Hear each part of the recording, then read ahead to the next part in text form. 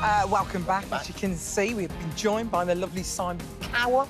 Before we chat to him, though... It's been 14 years since Simon Cowell formed 1D on the X Factor, which ages us all, 35 teenage boys, into superstars. And guess what? He's hoping to do it all again as he goes in search for the next big boy band to dominate the charts. Simon, it looks like you've made friends with our buddy.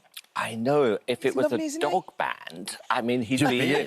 That's a good idea, Simon. Well, it'll happen one day. He's so beautiful. Isn't he gorgeous? I've heard about why he's doing it. It's brilliant. Yeah, it's wonderful. He's a good boy. So we should talk about this boy band. Yeah. Why are you doing it? Why do you need another boy band? Well, there isn't one. I keep thinking and waiting. When is the next kind of big, UK band going to come along? And you were there when it happened. I mean, it is the most exciting thing, honestly, I've ever done.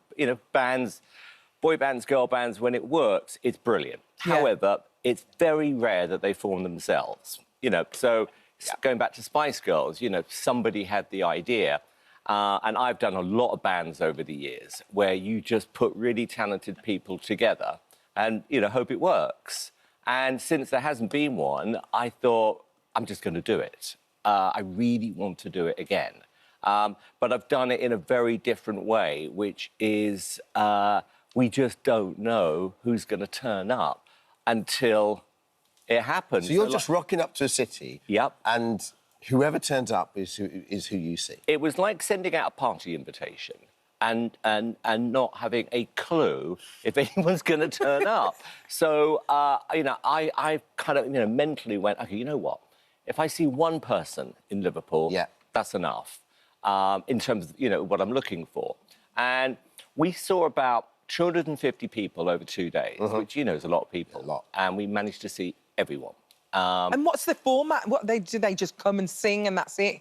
It's quick. I mean, they are literally in, out, in, out, in, out. And they just sing one song? Yeah. Has to be, because on X Factor, we'd probably get through 30 if we were lucky a day. If we were lucky, yeah. Yeah? Yeah, so we're seeing probably double that.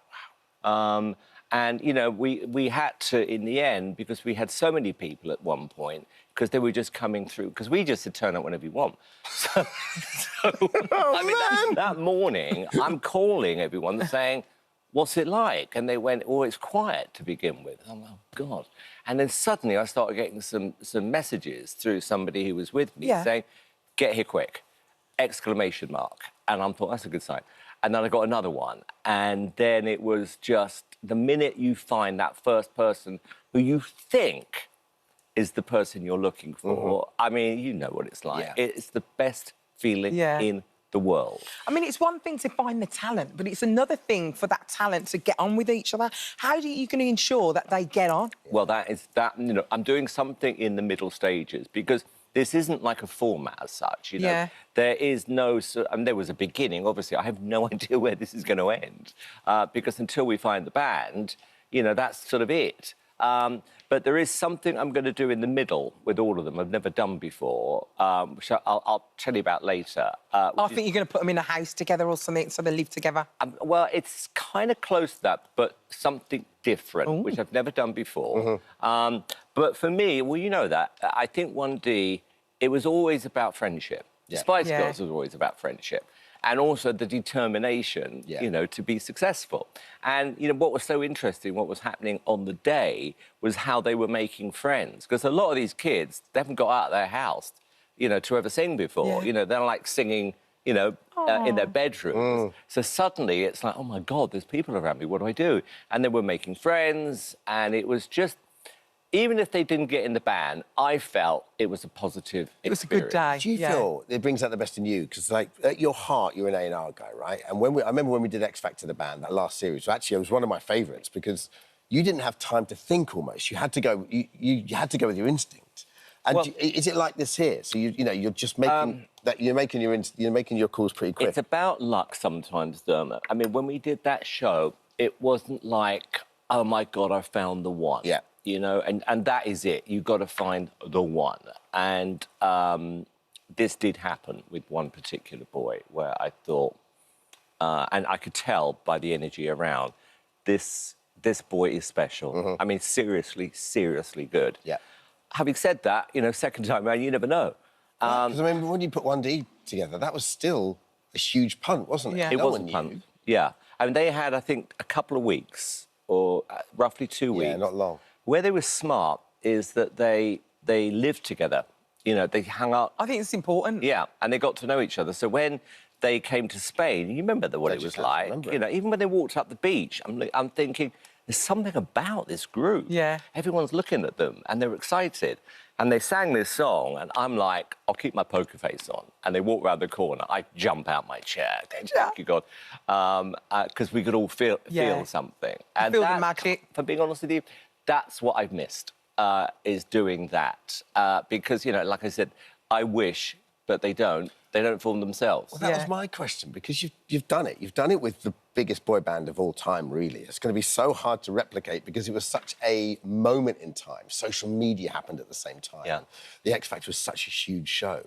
So what made you want to get... Was that it? You just missed the juice of it?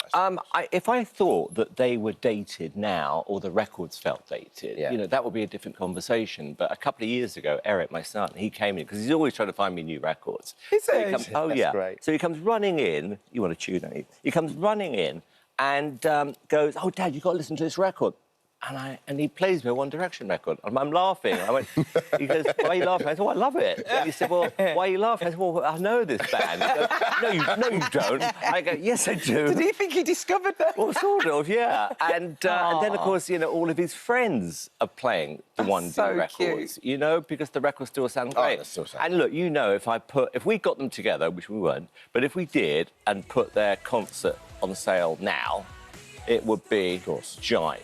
Probably the biggest concert, stadium. What, if you put them back together? Oh, my God, are you kidding? Yeah. We would sell out stadiums all over the world.